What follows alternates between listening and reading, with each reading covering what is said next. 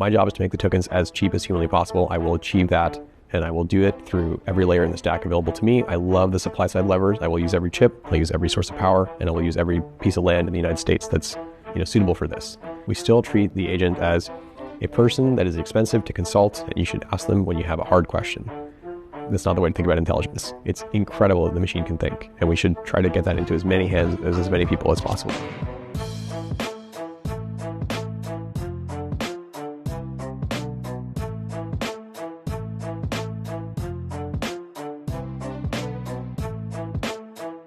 I think it's important early in these conversations to just say the thing, like literally what you're building and what it does today. So maybe just orient us there with a brief description, like literally what the system is that you're building and why it should exist. Sail Research is a token factory. We have an API where anyone can send us requests where they can use large language models, open source large language models for any task they want.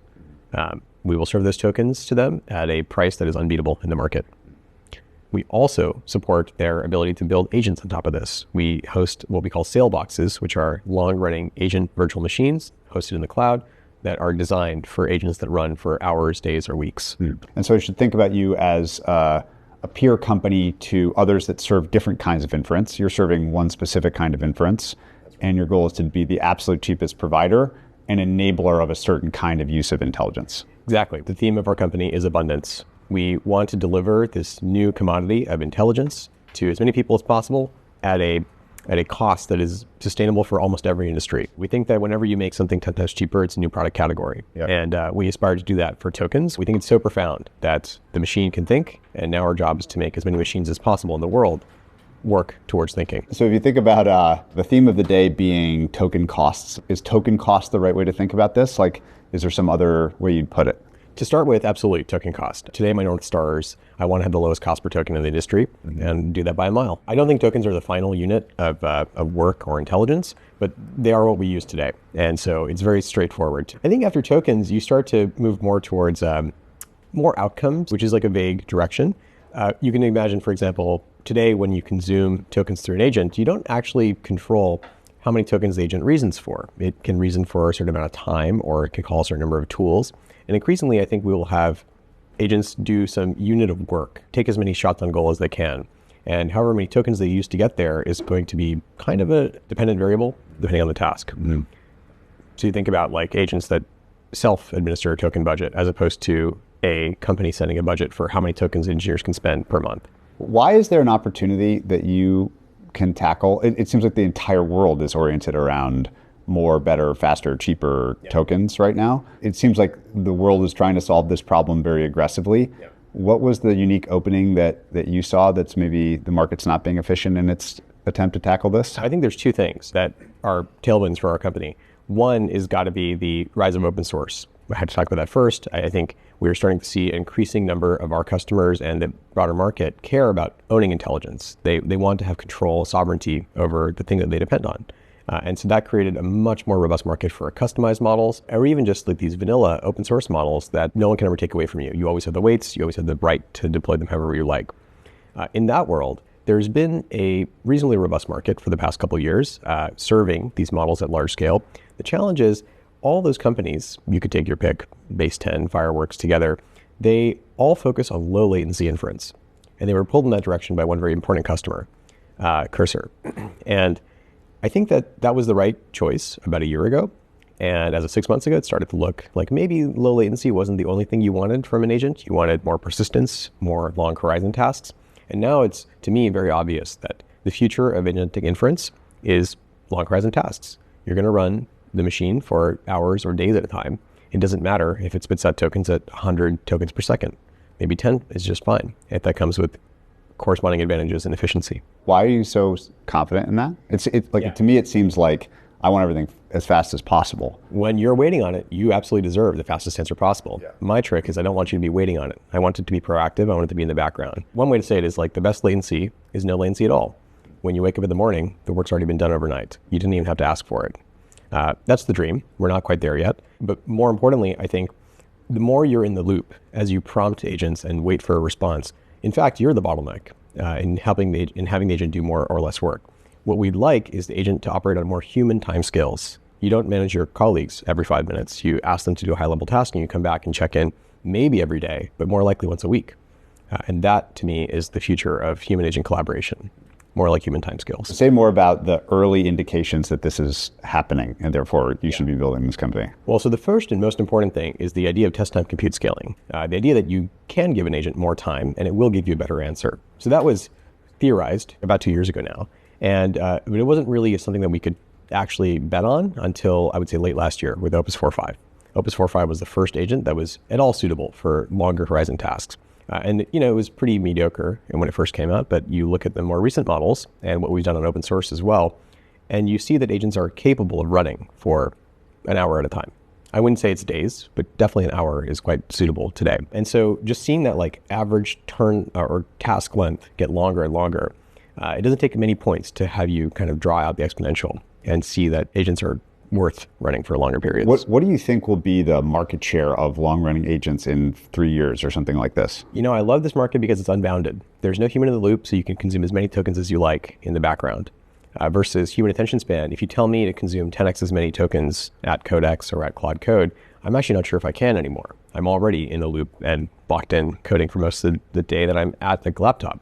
What is unbounded is how many tokens can be consumed in the background or proactively. So long term, I think we're going to end this year at maybe 50-50 background and real-time workloads, but I see this going to 90-10 in favor of background. What are the sorts of things, like what are your favorite examples of something that gets accomplished much better as a background task than as a human-in-the-loop task?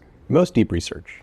Most questions where you want to have a definitive answer over not 100 sources, not 1,000 sources, but 10,000 sources or more. If you want to build an authoritative index of information, like for example, one of our customers, Parallel Web Systems, seeks to do, they want to build an index over the whole internet, and they want to monitor the internet in real time for changes. That is the kind of crazy exabyte scale task that you need a very different kind of intelligence or scale of intelligence to achieve. Deep research is a top category for us. And then increasingly we see cybersecurity following in this direction. If you think about, yes, there's so much code you can generate, but there's exponentially more ways to break that same code than is to generate that code. And there are some great customers out there who are working very hard to find agents that can break any piece of software and proactively patch them. So when Fable first came out, for example, or Mythos first came out, basically there was this push in the cybersecurity community to run Fable against every line of code we've ever written and look for bugs in 20 different ways, meaning you're looking for both memory errors, you're looking for business logic errors, and looking for like network vulnerabilities, all these things. And these are all actually things that you would write specialized agents for. You wouldn't just have Fable look at the source code once, you'd have it actually set up environments where you can pen test these applications. And at some point, people started to make this joke that security has become proof of work. When you want secure software, it's really a question of how many dollars did you spend on Anthropic's APIs trying to break into your software. That is the best indication for how secure it is, because that's the best tool in the world. And increasingly we found that the frontier of intelligence here is quite jagged. It's not the case that Fable finds a superset of all bugs in software. You would find some bugs with a very small model that you don't find with the large model. You'd find some bugs with Haiku that you wouldn't find with Fable, and vice versa. So it encouraged this very diverse approach to sampling and trying to build cybersecurity agents that break software autonomously such that you can patch them. If you were to get sort of like speculative and imaginative about the sorts of things that long-running, very cheap, very long-running agents can enable. We talked about some very practical examples, deep research, cybersecurity, et cetera. But if you get a little bit dreamier about the use cases, new product category that this sort of inference will unlock. Yeah. And I guess the question is just like, so what? Like what if you're maximally successful, dream a little bit about what that might enable. Yeah, absolutely. So I think for individual users, what I'm excited about most is this idea of proactive intelligent agents. You can imagine a Siri that is running in the background all the time to understand what's all the emails you received in a day, all the text messages you receive in a day, and has a much more encyclopedic view of your life and how to be helpful in that life. Right now, there's still point solutions, and so you end up doing a lot of prompting. Siri is not very proactive. That's something that we can fix with abundant inference. If you trust the machine enough that it's reliable and also trustworthy as in private, you might even imagine the machine can understand how you interact with it and proactively surface your next action. Whenever you open your phone, can we build a good model of what you're going to do next? And my estimation is yes, we totally can. And the key to that is incredibly cheap intelligence. You have to be willing to spend tokens without any promise of return. That's the unlock. The long lens view to take on this is that we have a form of intelligence that can tackle any verifiable problem. Any verifiable problem means most software. It means a lot of formal like math proofs and similar. And it could also mean scientific discovery. And these are all relatively verifiable problems. And all those things currently have a dollar cost attached to them, essentially. That's a hidden one. It's like how many tokens could you possibly harness to make this work? And we have actually started to bring it within view a dollar cost for these long horizon tasks that is reasonable. It's not millions, it's thousands, and maybe it could be hundreds or even tens of dollars in the near future to have a definitive answer to any scientific question, to any research problem. Ramp is the only platform built to make your finance team leaner, faster, and better, saving businesses 5% annually on average so you can stay focused on growth. Ramp customers grow revenue 3.2 times faster than the average American business. Visa, Vercel, Cursor, Stripe, Notion, 11 Labs, Shopify, and 70,000 other businesses all now run on Ramp. Mine does too, and so should yours. Learn more at ramp.com/invest. OpenAI, Cursor, Anthropic, Perplexity, and Vercel all have something in common. They all use WorkOS. To achieve enterprise adoption at scale, you have to deliver on core capabilities like SSO, SCIM, RBAC, and audit logs. Instead of spending months building these mission-critical capabilities yourself, you can just use WorkOS APIs to gain all of them on day zero. That's why so many of the top AI teams you hear about already run on WorkOS. WorkOS is the fastest way to become enterprise ready and stay focused on what matters most, your product. Visit workos.com to get started. Felix by Rogo is a personal finance agent that turns a single prompt into finished, client-ready work using your firm's own templates, context, and standards. Send Felix an email like, "Take these comments and turn them for me," or "Update my tracker with the context of these emails," and Felix sends back finished PowerPoint decks, Excel models, and sourced research. Felix works the way your team already does, delivering work quickly and accurately around the clock. Learn more at rogo.ai/Felix. And so if we dream about that future, we then become limited just by the questions that people can ask, basically? Pretty much. The questions we can ask. The models are on the cusp of basically taking even a high-level question and chasing it down. Every possible follow-up, you can have the model essentially take that on its own. Yeah. And the question is, what is your token budget? And we will solve the token budget problem. What about non-verifiable tasks? I put basically the entire category of human taste into that category. We have not solved human taste yet, and I don't know that it fundamentally can be. I'm excited to be surprised here, but we are focused on very quantitative problems. And we leave the quality of writing, we leave the beauty of art to people. All right, now let's talk about the very clever stack of solutions that you hope to build. Yeah. Ultimately, they have this giant token factory, extremely low-cost intelligence, supplier of extremely low-cost intelligence. Yes. I think you think about this in terms of three-level software, hardware, and power. Yep. Talk through what your master plan is to approach this challenge that's so different from what others are thinking about doing. You know, we always have to start with software. You know, where is the opportunity on today's chips with today's data centers to improve efficiency? And the first thing we did was we tried to build the entire LLM software stack around peak GPU efficiency, meaning we're using NVIDIA GPUs. We wanted to squeeze out more tokens from the same chip than anyone else in the world. And that starts with the lowest level of programming, kernels. It's actually my background. I spent my whole life, actually, my whole professional life working on GPUs and kernels. NVIDIA was my first job while I was in college. And I got to see how the tensor cores got to earn their right to be on the chip. This is back in 2016. Just describe what that means for the layperson. So, okay, the tensor core is a specialized unit on the GPU that accelerates matrix multiplication. Yep. Simple as that. There's been a long history of how we evolved that tensor core over time that we'll get into. And why is matrix multiplication so important? That's a great question. I cannot say that there is a divine truth of the universe that explains why matrix multiplies seem to be the atomic unit of computation. But one way I've heard it described to me is, well, it's a really succinct way to mix two blocks of numbers together and have them interact in some interesting way. That's as much as I can say about it. It is really convenient that linear algebra turns out to be a very compact representation of arbitrary relationships in data. So NVIDIA, great graphics company, obviously has had market share dominance in GPUs and gaming graphics for quite some time. And then starting in like the mid 2010s, they started to actually start these like skunkworks projects to make the graphics processor more suitable for machine learning tasks that they were tracking. I remember actually reading some of the like lab notebooks of some of my managers when I was at NVIDIA. They would visit these small ML conferences like ICML or NeurIPS at the time, and they would just take note of these papers like, oh, this deep learning thing seems to be catching on. And what's really interesting is that these grad students are using gaming NVIDIA GPUs in order to train their large models. We should double click on this and figure out what's going on here. And by 2015, 2016, at least Jensen had the conviction to kind of double down on, hey, this usage of our models or of our chips is only going to grow. Let's start allocating more and more precious silicon die area to this capability that seems to be emerging. Let's put the first version of Tensor cores on the chip. So we're talking about, taking this gaming chip, which is designed for painting pixels on a screen, and adapting it to do matrix multiplies. And it was early, and you would be competing against the graphics teams. Essentially, when you ask for more silicon area at any chip company, there's always competition for that. It is something that the designers guard so carefully. You don't ever want to invest in the wrong technology because that's opportunity cost that you could have allocated to some other functionality. And so we kind of like fought and tooth and nail and got just a tiny bit of die area, maybe like 5-10%, something like that, for the first generation of these chips to get some amount of acceleration for basic convolutions, which were the fundamental operation for computer vision models in the day.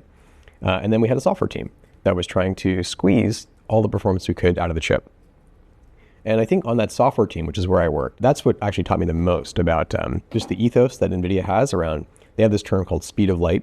They always chase the speed of light for any piece of hardware that they make. It is so ingrained in every engineer's mind that if the machine can do it, we're going to push the machine to the frontier until it does what we think is. And the speed of light is the edge of what's possible. The speed of light is the edge of what's possible, exactly. If we think the chip can run at this frequency and produce this many multiplies per cycle, we're going to get there. We're going to break every bottleneck and get to that peak level of performance. And so to this day, I tell all my engineers, like, we're chasing 100% speed of light. I don't care about relative numbers versus the competition. I only care about absolute numbers.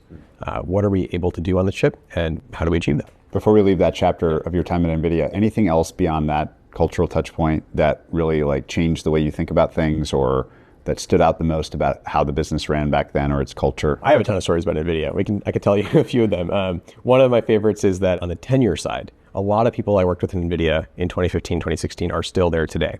That company has incredible retention, and these are the best engineers, frankly, on the silicon side at least, I've worked with in my whole career.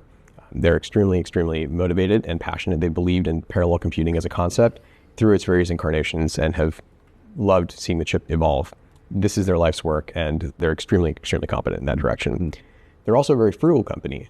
NVIDIA and all the Silicon Valley companies after 2008, they had some cutbacks and like perks. So no free lunch, for example. NVIDIA took it one step further. There was no free milk in the fridge. So if you wanted to drink coffee at NVIDIA and you wanted some milk, you actually had to chip in $1 every month to the milk club, and the milk club would stock Costco milk in the fridge. And I remember that distinctly. We don't do that at Sale, but it's a frugality that permeates the company. And so coming out of this time there, you get this experience of what it's like to develop more efficient usage of the underlying hardware through software. Yes. And so link that to today's environment. Yeah, absolutely. So I think the GPU is fundamentally a throughput machine. The GPU is happiest when you give it a lot of work to do and let it chew through that work at peak utilization of its compute units. But that's actually not the way that we've taken AI in the last couple of years. We've really pushed AI to be an interactive chatbot tool, is the most common form of AI usage today. And in that world, you care a lot about actually spitting answers out to the person at the keyboard as quickly as possible. To your point about don't make the user wait, I want things as fast as possible. And so that's actually quite interesting for the GPU. It's very difficult to put the GPU in its happy path of being fully compute utilized when you're trying to spit out tokens quickly. There's a fundamental trade-off on the GPU between being throughput oriented or latency optimized. And everyone has chosen latency optimization because the shape of usage was chatbot oriented. I believe that's the most profound change we're going to see in the next year. We're going to move away from chatbots to more proactive or background agents.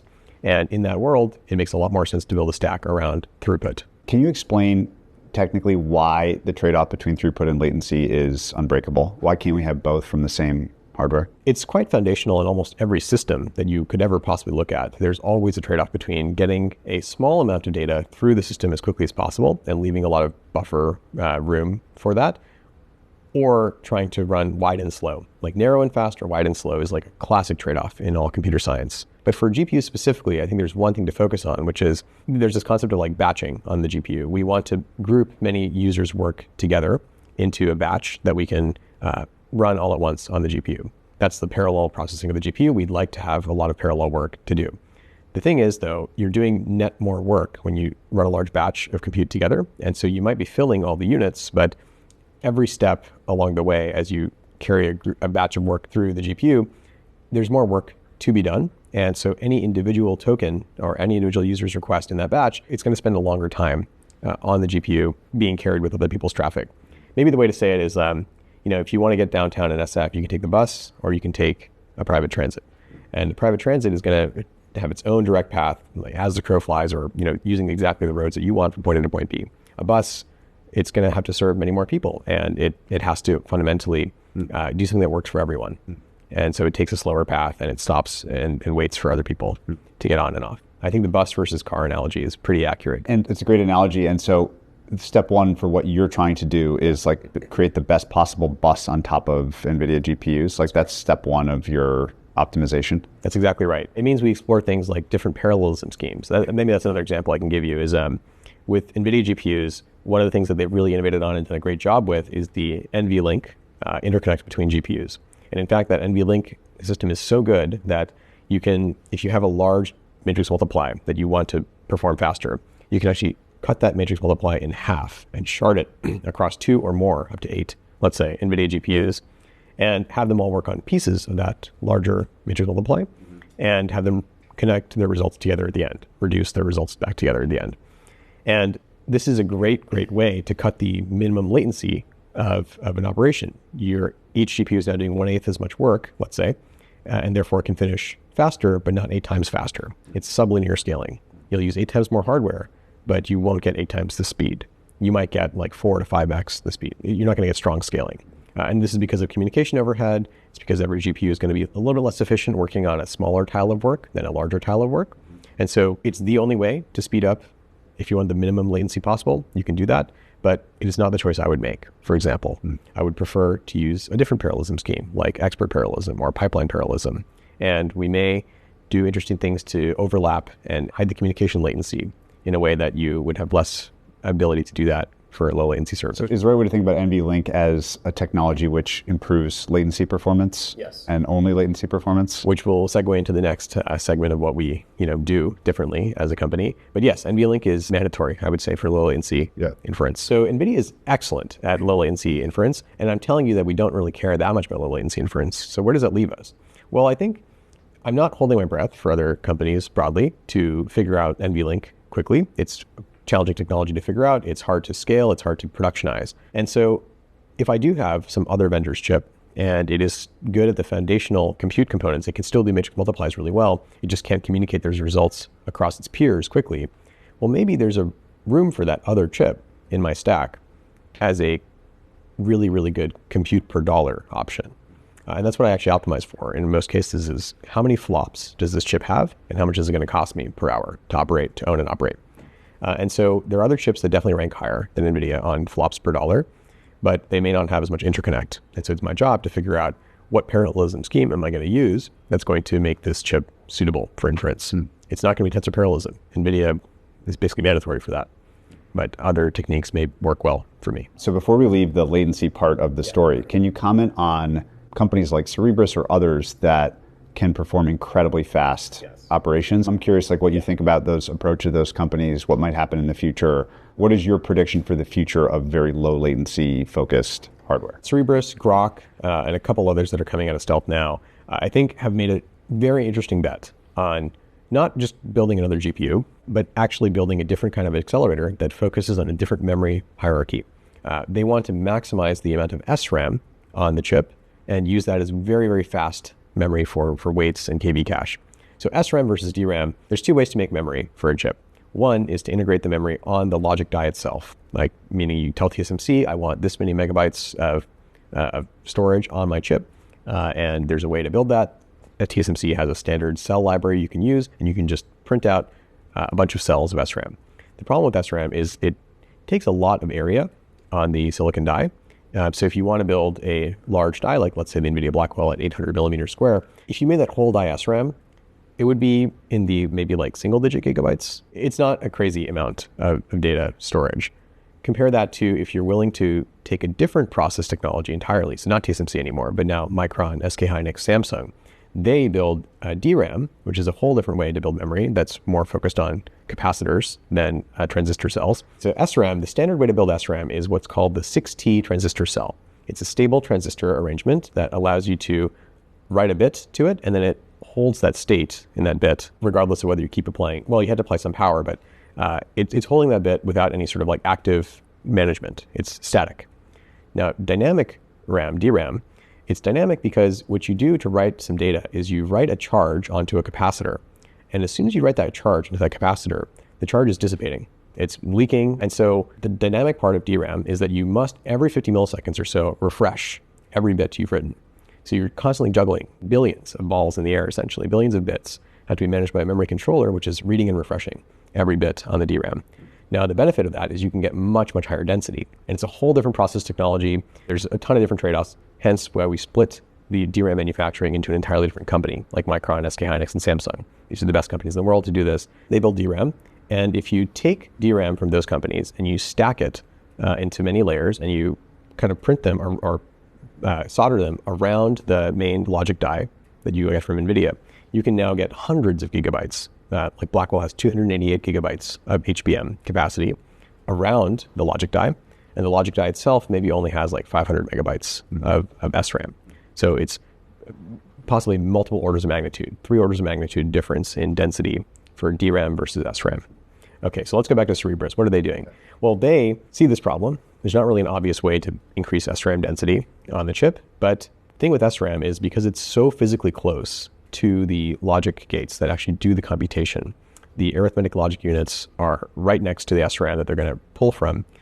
The compute units that are doing the matrix multiplies can pull data from SRAM at just mind-boggling speeds. You know, Cerebras quotes petabytes per second, 21 petabytes per second for their wafer scale engine 3. And so compare that to HBM on an NVIDIA Blackwell is 10 terabytes per second or so in that range. So once again, many orders of magnitude difference, more capacity, but proportionally less bandwidth, essentially. Yeah. And so what Cerebras does is they say that we're going to take as many of these dies as we can. We're not going to limit ourselves to the 800 millimeter reticle limit, the TSMC 800 square millimeter limit that TSMC imposes on us. We're going to take the entire wafer and have actually every die connect to every other die over scribe lines. And we're just going to try to get as much SRAM as we can on the whole wafer. And we can get to like, let's say 50 gigabytes of SRAM per wafer. And then we're going to stack many wafers together in a pipeline or similar.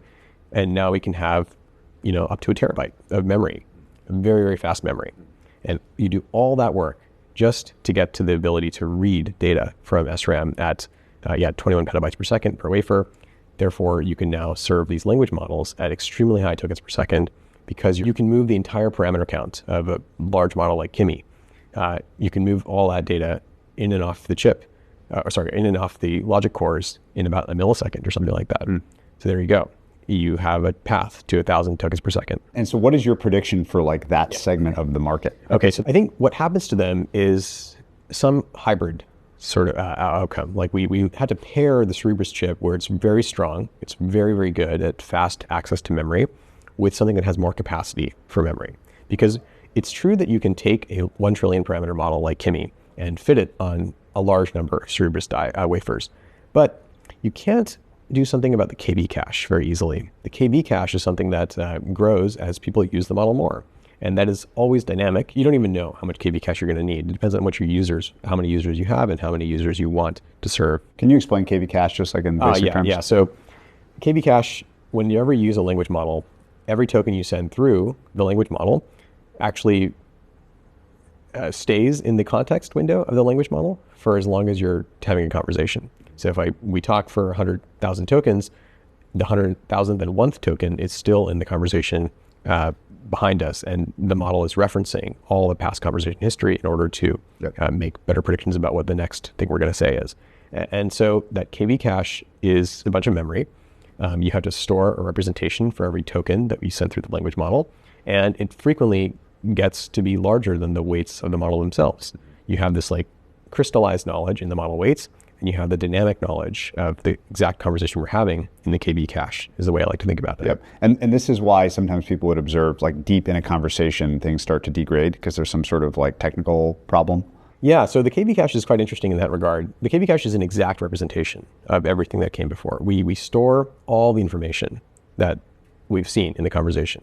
However, during training, the model did not get trained primarily on very long context conversations. It got trained primarily on, let's say, 8,000 token conversations or 16,000 token conversations. So if you take the model to 200,000 tokens, there was some training that happened at that context length, but it's not the model's like core strength. And so there's always been a challenge for the frontier labs to figure out how do we make the model exactly as intelligent at 10,000 tokens as we expect it to be at 200,000 tokens. Mm-hmm. And it's going to be a perennial battle for us. We've had 1 million context windows as a concept for years now. Anthropic was, I think, the first to hit that 1 million context window length. I still, use /compact in my Claude code well before 1 million context length. I don't think it's actually great to hit the full length. And so these extremely fast, extremely low latency approaches ultimately are limited by this factor. Yes. You can do whatever you want for the weights. It's very possible to have just unbeatable performance on weight storage. However, the KB cache is going to be a big thorn in your side.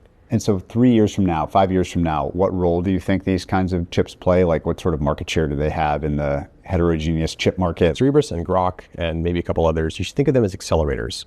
What they are really good at is being used in conjunction with a more traditional GPU-like device that critically has this off-chip memory built in. You want off-chip memory for capacity and on-chip memory for speed.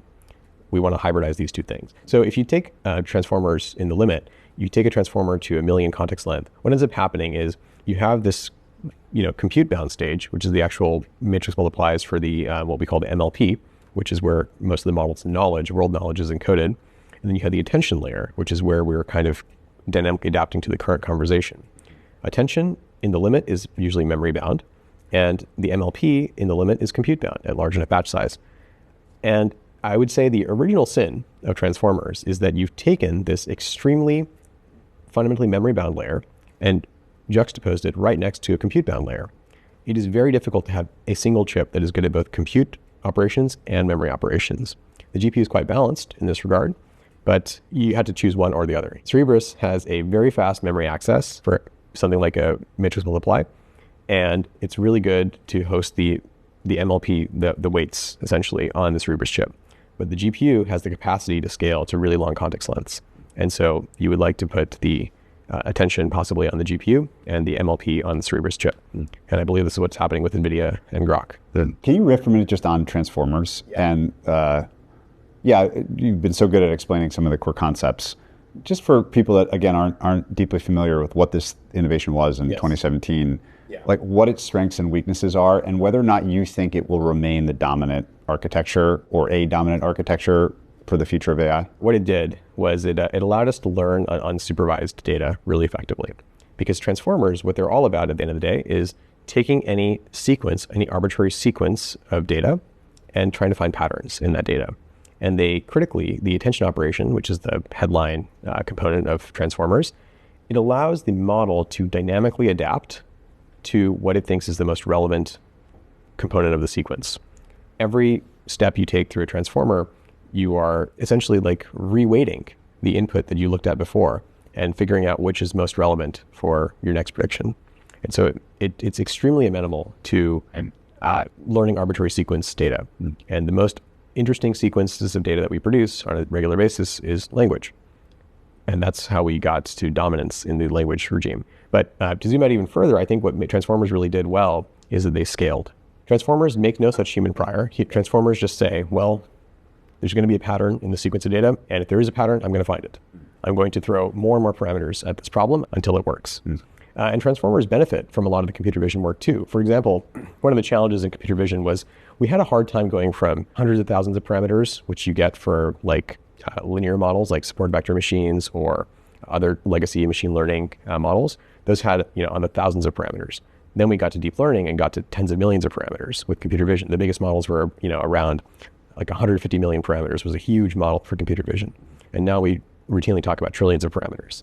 And transformers are the link to go from millions to trillions of parameters. And so if I think about the important units of scaling being data and compute, Does it stand to reason then that you think transformers will just stick around because that's the thing that we're good at getting more of, those two things? Well, data is an open question, but compute for sure. Data. Yeah, transformers they're just such great sponges. Like you increase the compute available to a transformer by 10x, and you'll get some log improvement somewhere. And so far, the scaling laws really work. They're really quite beautiful.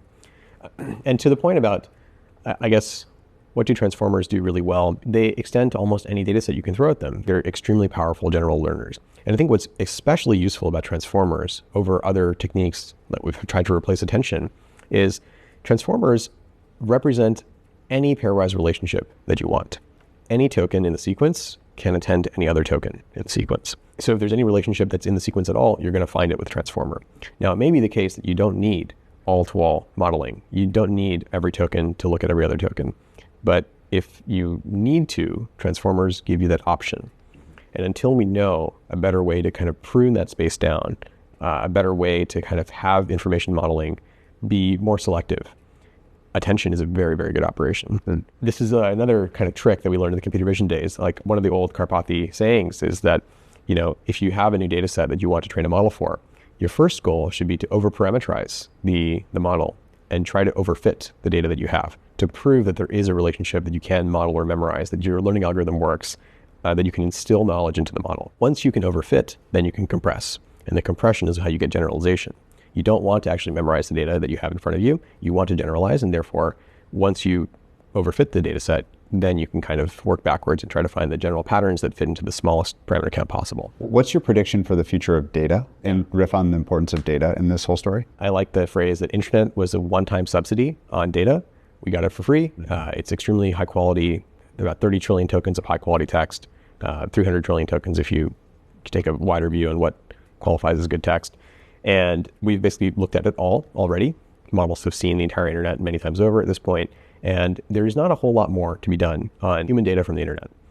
The next phase of data, in my mind, is model self-improvement through RL environment, GIMs, basically. In fact, we don't even benefit from getting more like random user interactions with AI. It used to be that the new type of data that we cared about a lot was the interaction data from people using ChatGPT and giving ChatGPT signals on what they liked and didn't like. I like the argument now that the median model that we serve is so much more advanced than the kind of than like a random human giving feedback, that the signal you get from random human preference, or I guess unconditioned human preference, is not actually worth anything anymore. You want expert human preference at this point. The model has outgrown everyday Joe. Everyday Joe, exactly. So the future of data, to me, is giving the model a hard, verifiable task and letting it run in this gym where it's kind of isolated and it just has a problem that it can make progress on and get measurement of whether it made progress on that problem or not. You can imagine coding problems are in this category. Math problems are also in this category.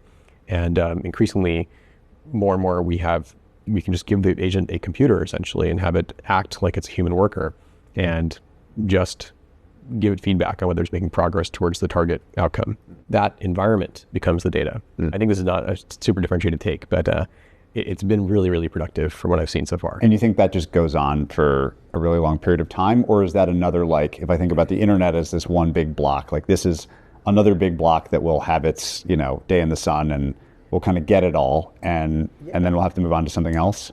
I think it's actually more profound than that. Basically, the idea is that if you want artificial general intelligence, the best way to get there is to just keep stacking specialized intelligences until you have no more gaps to fill.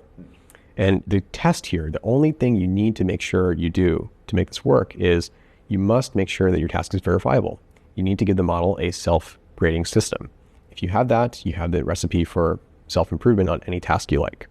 And I think you've seen this held up by the way Frontier Labs spend. They used to spend that much on data. Now they spend a lot more on RL environments. And these environments absolutely capture that relationship of recursive self-improvement on a verifiable task. Okay, now, so I like that we've veered off in different little sidecars here, but coming back to your initial task of making existing hardware more efficient by being more in control of what's going on at the hardware level through software. So just keep going on what you've done so far and what you want to do, and then we're going to jump to hardware and then jump to energy finally. Sounds good. So yeah, I mentioned kernels. It's surprising. People think kernels are done. There are great people like Treedao who write excellent kernels, and they form the bedrock of all of our modern deep learning is built on flash attention. Modern transformers are built on flash attention. But if you deviate from the happy path at all, if there's a new model that comes out that has a slightly different way to embed positional information, like the change of the rope system, suddenly the kernel that we had is not suitable for this new model, and we may have to make a patch to this kernel. I wouldn't say we're in the phase where we had to invent new kernels from scratch, but having the ability to quickly modify existing GPU kernel. Sorry, a kernel, by the way, it's a general term for any program you run on the GPU. And so historically, kernels tend to be put into a library where every kernel has a very, very scoped purpose. Typically, you have a kernel for a matrix multiply. You have another kernel for even something as simple as addition. You want to add two tensors together, that's another kernel. And then increasingly, we've started to fuse those kernels together. So if I do a matrix multiply, and then I want to add it to another matrix that I've also multiplied, maybe those two become one kernel, and I just fuse the operations where instead of writing the data out to DRAM and then reading it back in just to do the addition, maybe I can just do this easily. Why are humans still doing this? Like, it seems like the sort of thing that AIs would be exceptionally good at engineering, more efficient kernels. Maybe that's where we're going, and we're just not quite there yet. But if we aren't there yet, is that where we're going? If we're not there yet, why humans still doing this? Why is Treedao so well known? You know, it's a name I know. I don't want to speak for Tree, but what he taught me was you shouldn't write kernels by hand anymore, necessarily. I like to say we write kernels on the whiteboard. We go to the whiteboard, we describe what we think the machine should be doing, then we succinctly describe that in natural language to a model, and then the model is able to do the execution of, okay, here is my input and output, here is the strategy of how we want to dispatch this work onto the GPU. I'm going to go implement. So we're doing the conceptual design. Exactly. And that, I think, I'm not sure exactly why models are not superb at doing this. I don't think this is like our moat or anything like that. I'm sure in 6 months' time, we'll have much better models on kernel engineering. And I'm sure the labs would tell you that they already do a lot of their kernel engineering in a fully automated way. And so software as an edge, if I think about software as maximally near speed of light, efficient usage of an underlying piece of hardware, is going to trend towards not being an advantage for a company like yours over time. I think that's right. The rising tide of something like Mythos or GPT 5.6 Sol, that lifts all boats. It really does. I actually don't think there's a point in specializing to say we work on making the model better for just kernel engineering. I think that's actually not the most meaningful subset of like coding in general, kernel engineering in particular. Maybe there's some like privileged information you inject into the prompt that's like a useful way to steer the model to be better at writing kernels. But broadly speaking, yes, we're all downstream of the frontier in terms of this capability. I always love this from the history of energy. There's always this like pendulum between the raw source, let's say coal, and then if there's a certain amount of energy available inside of a hunk of coal, like what percent of it we can harness and use. And a big part of the history of energy was getting that number from 10% to 95% or whatever. Where are we in that? Like if I just think about it at Blackwell or something, and Blackwell is the piece of coal, like what percent do you think we're at? Like how efficiently can we use an existing piece today? There's a lot of different ways to analyze that. I think in some level, we're really efficient at optimizing the performance when the GPU is doing the thing that it's most happy doing, which is a large dimension matrix multiply. That operation runs at 70, 80% of peak utilization, and it's limited not by software, but by power. The way Nvidia quotes peak flops is a little optimistic. You never hit that because of power throttling, but because of heat. Yeah, exactly, thermals. Let's say 70, 80%. It's saturated. That's pretty good. But in practice, you don't spend the majority of your time in a transformer in that happy path where you're doing a large batch matrix multiply. And so our job is to basically build the engine around the chip such that we are feeding the GPU these large batches of work at all times. And one of the most profound transitions we've had in the GPU world in the last year has been this moving of, you don't program one GPU at a time anymore. You should think about the whole rack, and maybe you should think about the whole cluster, the entire data center at a time. And with Nvidia, again, they've started shipping not just a single GPU or a single motherboard, but actually the whole rack system is something that they prescribe. They call it NVL72. Their latest chip, the Grace Blackwell 300, that ships as a rack of 72 units, and it's an open race to figure out who can program the whole rack scale computer as efficiently as possible. And my belief is that shape of compute is the future of both efficiency and speed. In fact, Nvidia does a great job of, if you want the lowest possible latency, you should be using that chip. And if you want the highest possible throughput, you should probably also be using that chip as of right now. And it's all comes down to like, this is a very new paradigm of programming. One of the things you hear is that the market for the best chips, Blackwells, let's say, is like a drug market or something right now. There's all sorts of fascinating things happening to get as many of them as possible because everyone's so short. I'd love you to react to that analogy. Like, is that what it feels like? 100%. But then also to talk about what the market is like for like not the bleeding edge chips. Like if I am willing to accept a slightly or moderately inferior chip, what's that market like? Like, let us into that world. Yeah. Okay. A couple things. So number one, yes. Basically, Nvidia has a long-term view on all their chips. They see this immense demand for the Blackwell chips, and they could do what other suppliers have done in the past, which is like just crank prices and meet the market. Supply and demand curves will correct. They'll intersect at some point, and everyone will be technically happier. But Nvidia sees if they just let the most deep pockets buy all the chips, that maybe hurts them in the long term if that customer ends up accruing a lot of more power. They understand that compute is power today. And so they're quite strategic about how they allocate compute. That's the first thought.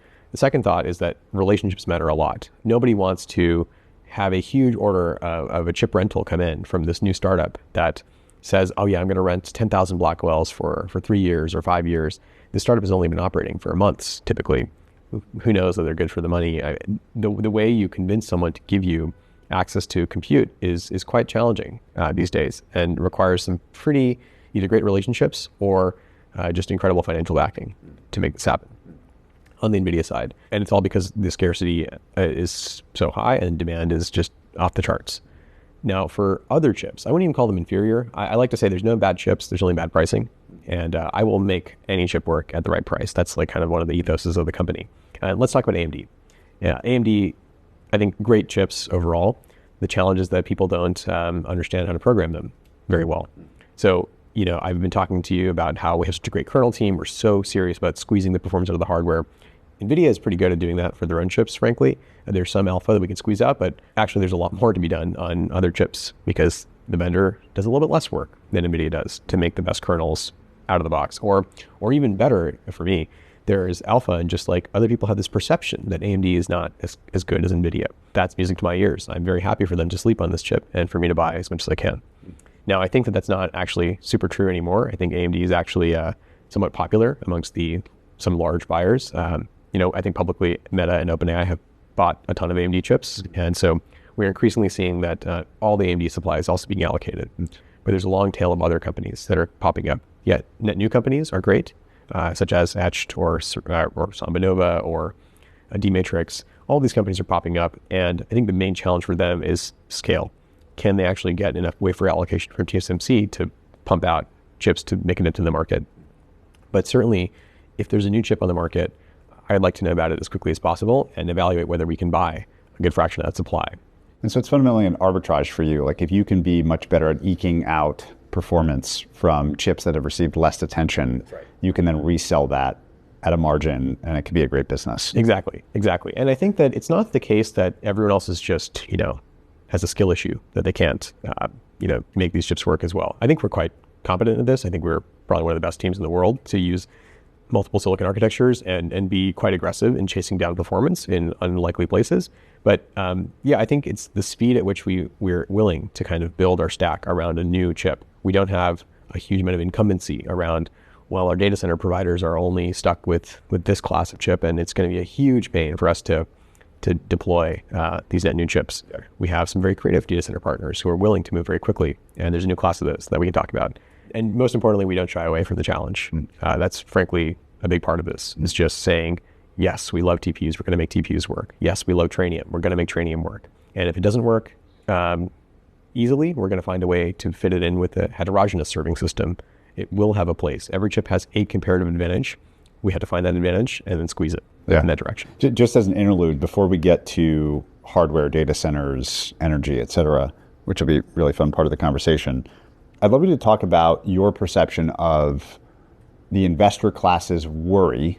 Like you look at memory stocks, or my current favorite is you look at the chart that plots the percent of the S&P 500 that's semiconductors, Historically, it was like 2, 3, 4%. Now it's 19, 20, 21%. And it just sort of looks like, if you're a student of market history, you get all these things through time that are sort of reach some crazy near-term peak and then collapse back to long-term norms. And I'm curious how that has all investors worried. So, a lot of people have made a lot of money in Micron and SK Hynix and companies like this, but everyone feels like, these, on the long term, like compute's a commodity, and it will not represent a quarter or fifth of the entire market capitalization of the world. And so they're scared, and that's the setup. Everyone acknowledges that there's a huge shortage, but everyone sort of feels like, we'll figure it out, and these things will revert back down to their normal place in capital markets. I'm curious what you think about that narrative. One thing, I'm less of a student of history as more of a member of history. I was born in 1997, and my mom worked at Intel in the run up to the year 2000 and the dot-com boom and crash. And I remember the time where Cisco was the most valuable company in the world, and Intel was close behind. I mostly draw parallels to that period of history from 25 years ago to today. And I think the main difference is that a lot of the investment in networking equipment historically was speculative. We anticipated this future demand for users that never came. And I think what's interesting about token consumption or AI consumption broadly is that it's no longer speculative. People buy tokens because they're immediately valuable to them. You don't hoard tokens, you use them immediately. This is also even different from what we had 2 years ago, where there was a supply crunch for Hopper generation chips in 2023, 2024. In that period, it was all training-oriented spend, and training is inherently speculative. Now everyone is instituting caps on how much you can spend on Claude Code. It's a very, very different world to be talking about inference spend and predicting inference spend to go up. I do think inference spend monotonically increases. There's no speculation on inference spend. Vanta automates security and compliance for over 16,000 fast-moving companies like Ramp, Cursor, and Harvey, keeping them audit-ready around the clock. It's the #1 agentic trust platform, and it now helps companies like yours watch for the risks that show up between audits across your vendors, your AI tools, and your whole environment. Every new tool your team signs up for, every vendor that turns on AI features, is an opportunity for something to go wrong, and most security programs weren't built for AI's pace of growth. The Vanta agent works like a 24/7 GRC engineer in the background, finding issues, drafting fixes for you, and cutting vendor assessment time by up to 50%. Whether you're a fast-growing startup or a global enterprise, Vanta helps you earn and prove trust. Invest like the best listeners get a special offer of $1,000 off Vanta at vanta.com/invest. Ridgeline is the first end-to-end system of record with embedded AI for investment management firms, running portfolio accounting, reconciliation, reporting, trading, and compliance, all on one unified platform. Firms are moving off legacy technology and onto Ridgeline because of how far ahead Ridgeline's AI features are compared to anything else in investment management software. I've been hearing from a lot of investment managers about AI, and they fall roughly into two camps, with some unsure where to even start and others convinced they can build their own order management system over just a weekend. The reality is that running an investment firm will always require governance, controls, and a single source of truth for your data, and no amount of AI enthusiasm changes that requirement. If you're serious about your firm's AI strategy, Ridgeline should be part of that conversation, and you can request a demo at ridgeline.ai. Coming back now to your take on hardware. And so the unit level is interesting to me, like talk about chips, talk about racks, talk about clusters. I'd love to talk about data centers. And you said you've had some interesting partners doing some cool things. Talk to us about the present and future of data centers as you see it. Because this seems like, obviously a critical thing for being able to serve all this inference is like lots of innovation in this part of the world. And obviously you're focused on it. I think one of the themes in our conversation has come back to what is training versus inference? Like what is the difference between these two categories? And what was different about 2 years ago being training oriented and today being inference oriented? And I think the most conservative players in the entire AI stack have got to be the infra players, whether it's data centers or even more conservative TSMC, the chip infra people. And so data centers historically were built, like AI data centers, they were built for training. And training is a superset workload over inference. You can make any training cluster work for inference, but maybe not vice versa. And what the difference there is networking. How much do you invest in bandwidth between chips? And how large of a cluster do you need? There's actually a diseconomy of scale to data centers in some way. Like it's way more expensive and difficult to build 100,000 GPUs in one data center than it is to build 10,000, than it is to build 1,000. And we just talk about how many megawatts or gigawatts do you have? And basically there's no way to build a gigawatt data center in the United States easily anymore. even 100 megawatts is increasingly hard. It's basically impossible unless you're a very special set of customers. 10 megawatts is probably on the edge of what's possible today. And 1 megawatt, I would argue, is plentiful. So there's this incredible floor on the market where you can find lots of aggregate power, but it will not be concentrated. And that was not interesting to anyone who's building training data centers, because you just assume it needs to all be in one spot. No one wants to deal with cross data center training. So the market has some lag in it. I think that the market still assumes that we had to go shake down those 100 megawatt and 10 megawatt data centers wherever we can find them. It's still the attitude I hear from a lot of data center developers. But increasingly, we're seeing a few new thinkers realize that inference is going to be suitable for these distributed 1 megawatt data centers. And we're quite in agreement with that. And we are very happy to buy small pools of compute across the United States and use that as our inference fleet. Give us a sense of literal physical size of 1 megawatt versus 10. Yeah, well, so this got really wonky with the advent of liquid cooling. Now you can pack insane levels of power density into a single physical rack. Like a megawatt of compute, you'd imagine this like massive data hall, like a huge warehouse basically. And now you can actually pack that into, around 8 racks worth of compute. Each rack is about the size of a refrigerator. You can just imagine 8 of them lined up. That's a megawatt. And so your view would be that the future that you want to help build is a whole bunch of different chips that can be used together, that you can buy, you're a buyer to eke out the most per chip. And that those chips can then be coupled in very small data centers to just do inference. And that those two steps of a whole bunch of random compute, some of which is cheaper than it should be, your ability to eke more out of it, and then small units of expression in a data center equals way cheaper intelligence. I certainly think so. Yes, there's a lot of ways to access cheaper flops if you're able to be creative with what you take. And so one of the ways that I describe what we do is we will buy any chip anywhere in the world for any duration of time. That is a level of flexibility and liquidity that I think no one else has right now. We're very aggressive about putting our money where our mouth is, and we will really take any capacity and find a way to make it work in our fleet. And that is a big part of our advantage today. And long term, we have to create more of that advantage by investing in these data centers that other people are going to be skeptical of. Because what's going to happen when you set up these this army of 1,000 small data centers versus the one big gigawatt data center? Well, few things. You're not going to have power redundancy. Quite often, you're not going to have backup diesel generators on site. Those are all very expensive. We cut all that overhead. We're not even going to have redundant networking in a lot of cases. We're going to put these in facilities where we have good access to power, a single source of power, and we're going to trench one line of fiber to these data centers, but we're not going to have 3 lines of fiber with redundancy and failover and SLAs. It's just going to go down sometimes. In fact, I won't be surprised if some of them get down to 95% uptime. Which is bad. Very bad. That's fatal, atrocious for anyone else. Couldn't survive in a big gigawatt center. You'd have basically 0 buyers for a data center that has 95% uptime. Yeah. I'm that first buyer. I will buy 95% uptime. And the reason for that is because of this background engine thing, that if things are running in the background, you don't care? Partially. It's actually 2 things. One is that we have a really robust control plane that is going to be fine handling any single failure in any single data center as long as it's not correlated with other data centers and I can just move the workload somewhere else. I'm cool with that. The failures happen at some rate, and I am basically linearly happy with a data center that's 95% uptime versus 98% versus 99%. It's just linearly good or bad for me. Now, you do need that async piece that I mentioned. We serve these long horizon agents because what happens when a request fails is that I'm going to have to go find a new GPU to put that request on. And that means that for that single turn of the agent's work, it's working for an hour, but then it hits a roadblock because its GPU got pulled away.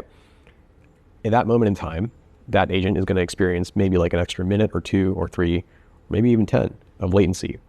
But my argument is that my customers don't care because their agent was running for hours. They're sleeping. It doesn't matter. It doesn't matter if a single turn occasionally becomes a little bit longer. Yeah. So we tell our customers, look, our average throughput is going to be very competitive, but our P99, our 99th percentile latency, is not going to be controlled.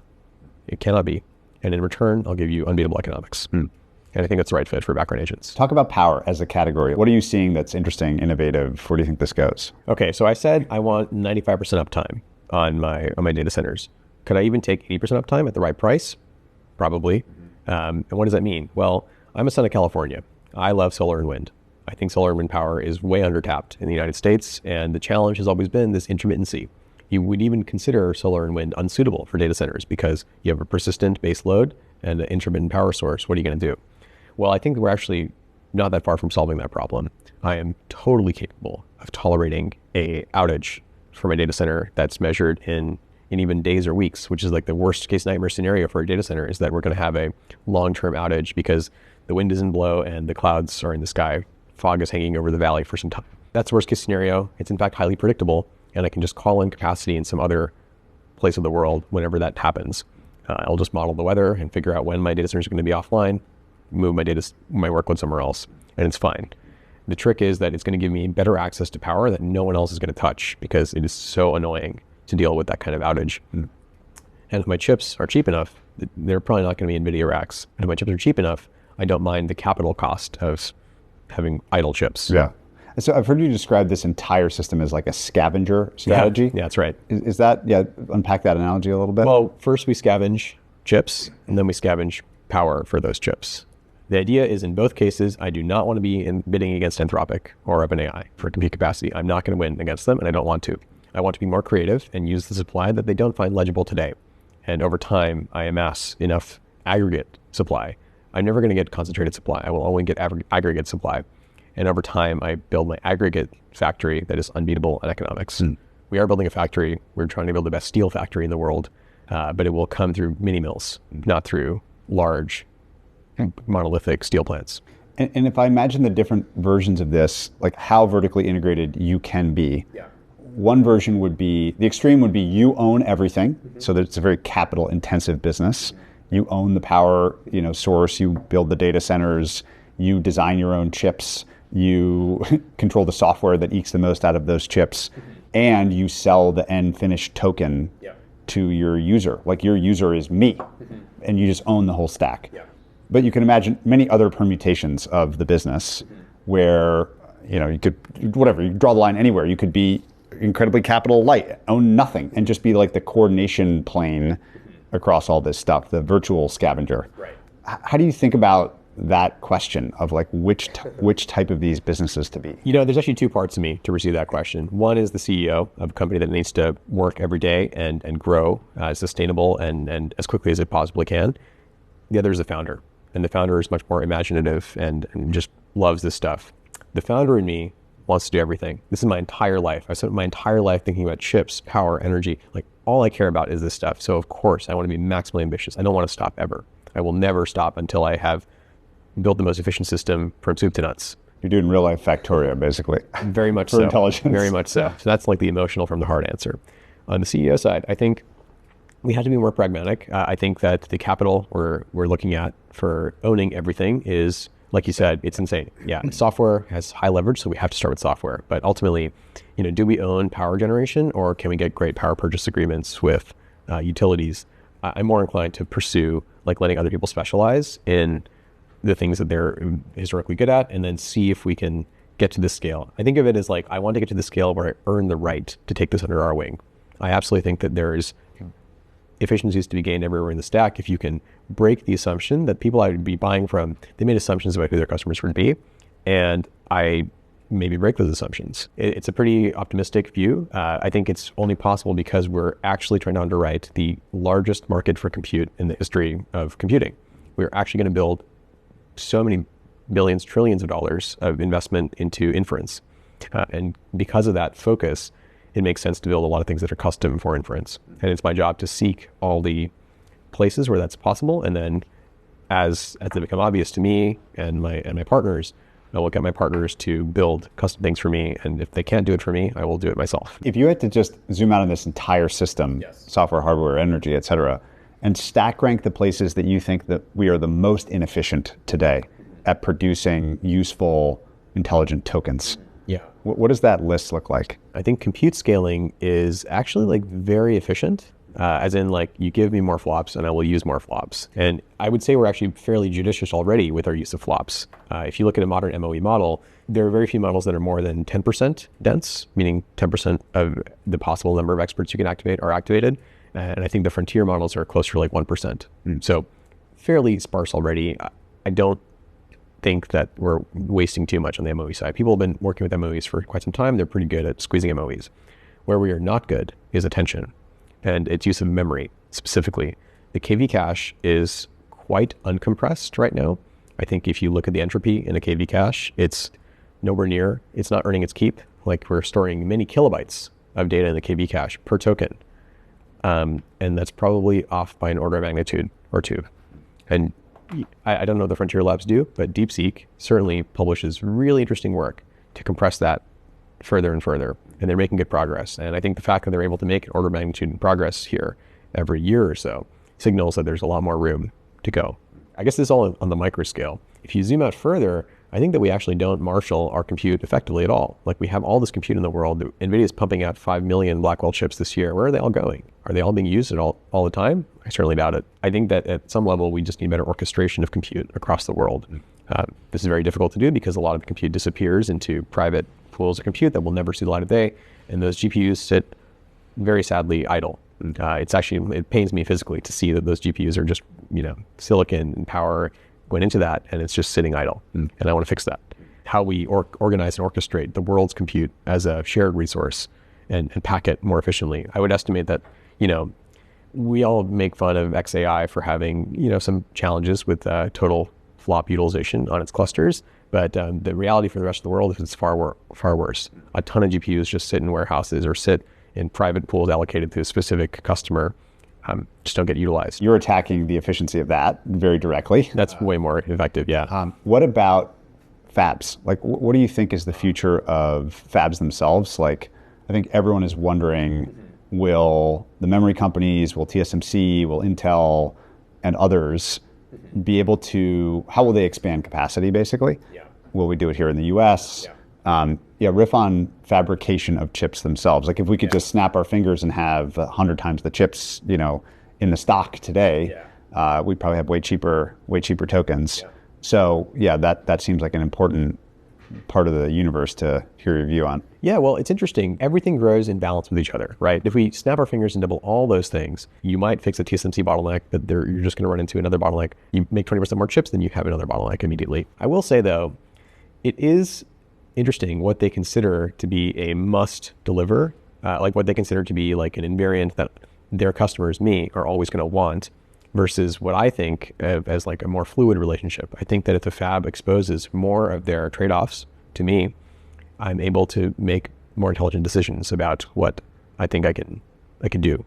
One of the most interesting examples here is that any fab has a lot of spread in their like worst chip that comes out of the production line and the best chip that comes out of the production line. There's a lot of variance in how chips are made. And then the question is like, if you have a company like TSMC, they work very, very hard to tighten what we call these process corners. We want to keep the worst chip as close in characterization to the best chip. And they go to great lengths to make that possible. But that means that they are adding a lot of controls in the process that maybe I don't need. Maybe I'm actually willing to find a place for that worst chip. You don't need to tighten the process control as much, which takes more time and cost. Maybe I'm willing to take a lot more rejects. And I think for us, it's like a more holistic optimization around there's, cost of the dies, supply of the dies, and then the cost of power and places we can put them. And my whole goal is to actually so dramatically expand the supply of power across the United States that I have a home for a lot of chips that otherwise would not have earned their place in a data center. Can we talk about how you design the system of your own business? What lessons have you learned? You talked about some of the interesting NVIDIA lessons. Yeah. But bring me into the culture and how you structure a team and a business where this is the North Star. I think there's a lot of, in the limit thinking, we don't worry about the immediate nature of when we start working on a model, the efficiency is not going to be very good. But we think about where we could end up in a month or 6 months or a year's time. We don't accept the state of the machines we work on as fixed.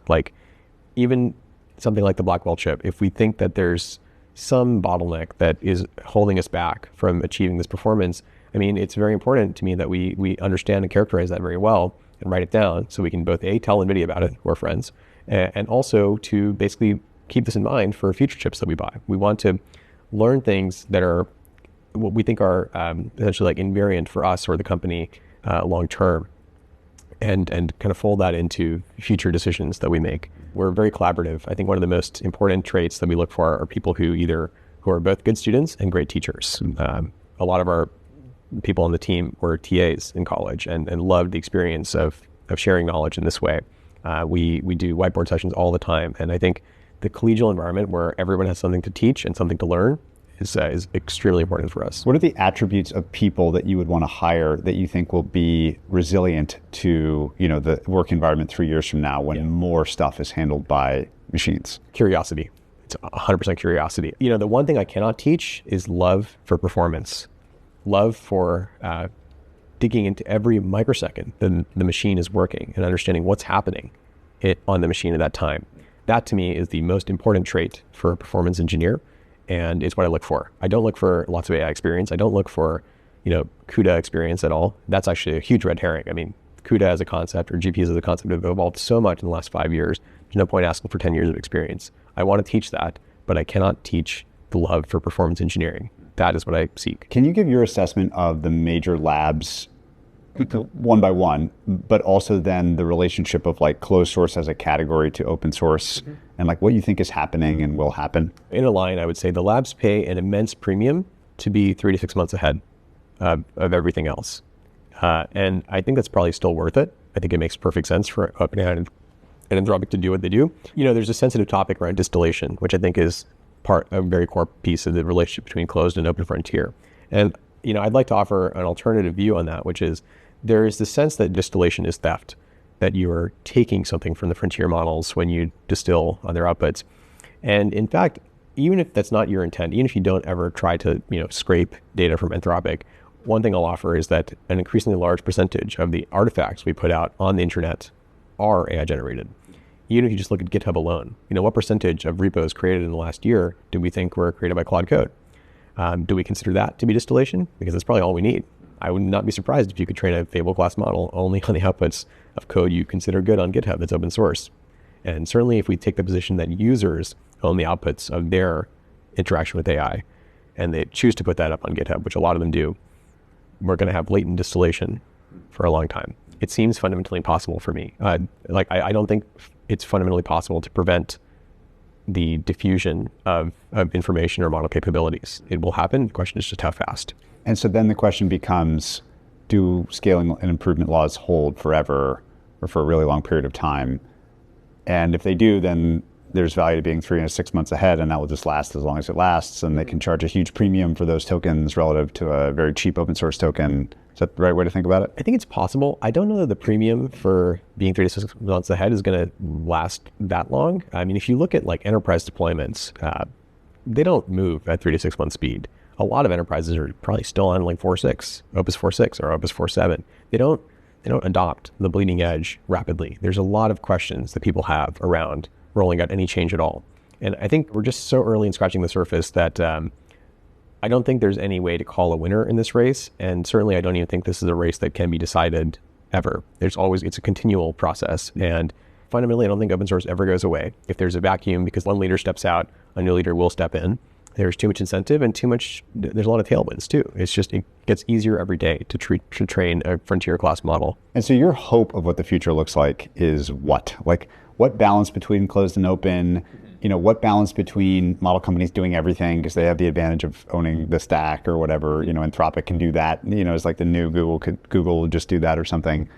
What do you hope the future looks like? I want abundant tokens and diverse harnesses. I want everyone to build their own harness. And every company, every user, even make the agent your own. I think we're very not that far away from that level of customization and capability. I want people to own their intelligence, and I want that intelligence to be customized, probably not through weight fine tuning, but probably through more in context learning.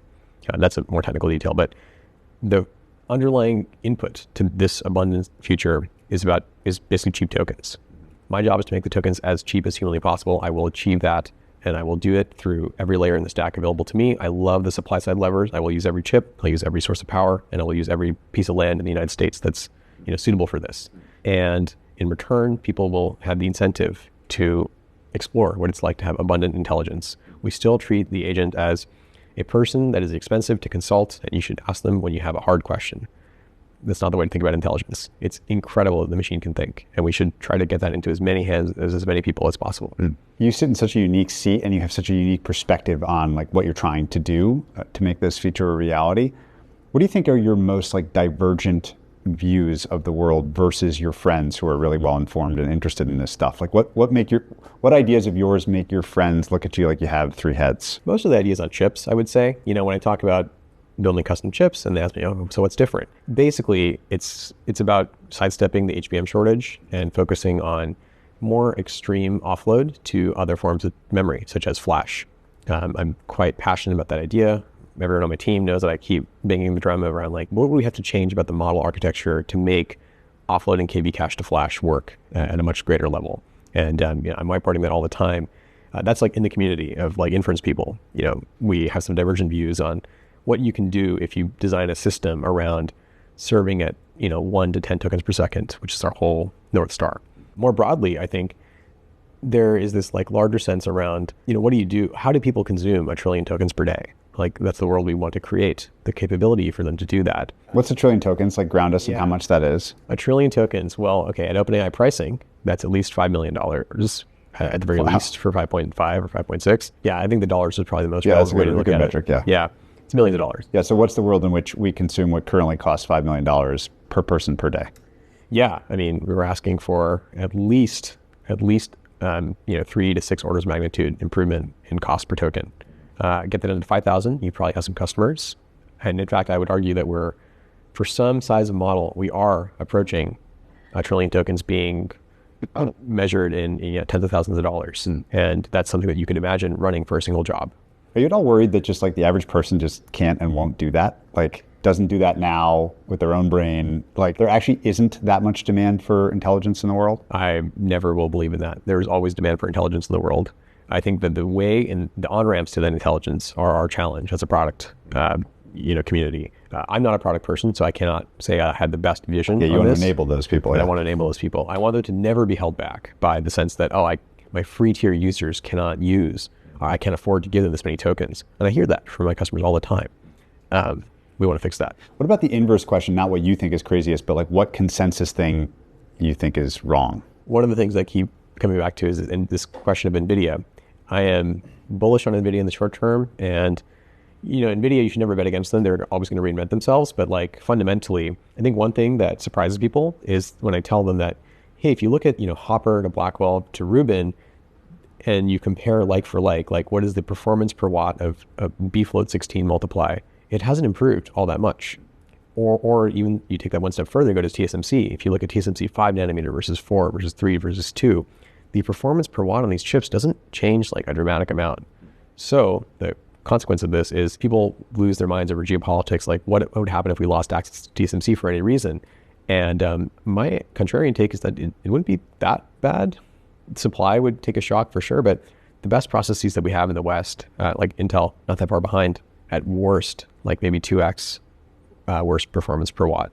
And the gap is just far smaller than you would make it out to be if you follow like the chip war dialogue. What else is happening in the AI world that is not in your path, meaning it's not like a component of this whole system that you would end up doing something in, that interests you most? Well, we're fully downstream of models, right? So the model people get to decide how to design their architectures, and I have only like very light, I don't have any input to OpenAI or Anthropic, but I can only pray that they go in the direction that is amenable to me, and or I have to like do my best to predict where I think they're going to go and build my serving architecture accordingly, both software and hardware choices. They have, I think, the most interesting game in some ways to play. Like once again, this is going back to like the profundity of the machine thinking and how consequential it is to decide to use something like sparse attention versus dense attention, or how consequential it is to like use a different data type. Like we were training in bfloat 16, but now we can train in FP8 or FP4, lower precision data types. That is just an arbitrary choice, it feels like, but it has profound implications for what chips I can use and how I should build my hardware and think about the future of compute. If you had 100 entrepreneurs in a room, all of whom wanted to create some new compute startup, and let's say they were specifically wanted to make hardware, chips or systems or racks or whatever, what advice would you give them on like how to orient their companies, or like the type of company, not the specific choice they're making on a tech bet or something like this? Because it seems like we're going to try everything, and that will be great for the world. some stuff will work. But if you had to give them advice on how to orient their business to be successful in this coming world, what advice would you give them? It's all about the bottlenecks on the supply chain. So you need to first convince me or convince an investor that you understand the 3 to 5 bottlenecks that dictate modern chip supply. There's TSMC wafer capacity, there's HBM capacity, and there's advanced packaging, and maybe a fourth one would be power. Where will you get the power? How will you build these racks? And I want to hear you should have a great answer to each of those 4 bottlenecks and how you're going to work around them, because it's all arbitrage at the end of the day. You're building a chip because you think that Nvidia has made some choices that are difficult for them to change, which is true. Nvidia makes a lot of choices that are difficult for them to change. They're not perfect. They're just really well balanced. And so you want to be spiky. You want to pick something and say, I think they've underpriced the impact of how short we're going to be on HBM. We're going to push really hard in this other direction instead, which, as an aside, I do think is probably the thing to attack most. Why? There's no easy way to bring on a lot more fabs of memory. And those guys have been. So it's just going to be a while until we have. Yeah. The boys in Boise don't love huge capex for cyclical. Yeah, they've been burned on that many times. But conceivably, because of that shortage, the world is just going to route around it by making everything else in the system more efficient. I think they're going to make everything else more expensive. I think that iPhones will cut their memory. iPhones are going to go up in price, and we're just going to deal with it. Why doesn't Nvidia go all the way to the end and sell tokens, do you think? Nvidia is really smart about this. They don't compete with their customers. Nvidia takes the long view on everything.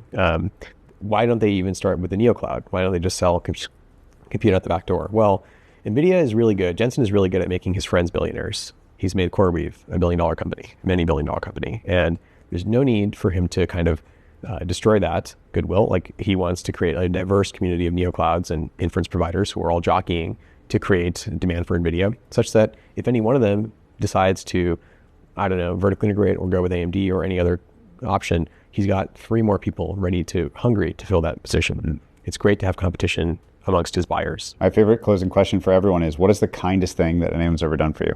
The kindest thing. My immediate first thought is all the mentors that I've had over the years. It's a rare person who takes a lot of time out of their schedule and makes it their personal interest, essentially, to make sure that you understand something that or teach you something or ingrain some value in you that they think that you're on the cusp of understanding, but just push you over the line for understanding.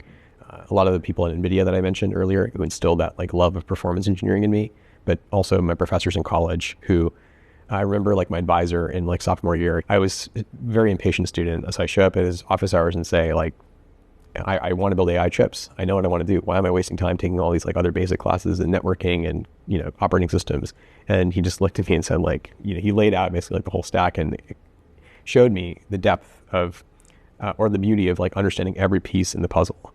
He took my entire path of trying to focus on one piece of the system and said that it's so rare that someone can actually understand the entire stack from the gate level silicon all the way to building a great internet scale service.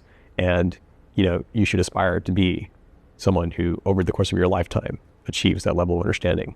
It is such a rare trait, and that level of expertise is so noble to chase. And I think that stays with me quite a bit. Not a comment, but an advisory. Neil, amazing conversation. Thanks so much for your time. Thank you so much for having me.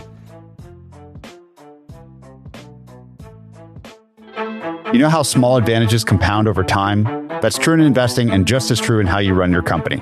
Your spending system is your capital allocation strategy. Ramp makes it smarter by default. Better data, better decisions, better economics over time. See how at ramp.com/invest. As your business grows, Vanta scales with you, automating compliance and giving you a single source of truth for security and risk. Learn more at vanta.com/invest. The best AI and software companies, from OpenAI to Cursor to Perplexity, use WorkOS to become enterprise-ready overnight, not in months. Visit workos.com to skip the unglamorous infrastructure work and focus on your product. Ridgeline is redefining asset management technology as a true partner, not just a software vendor. They've helped firms 5x and scale, enabling faster growth, smarter operations, and a competitive edge. Visit ridgeline.ai to see what they can unlock for you.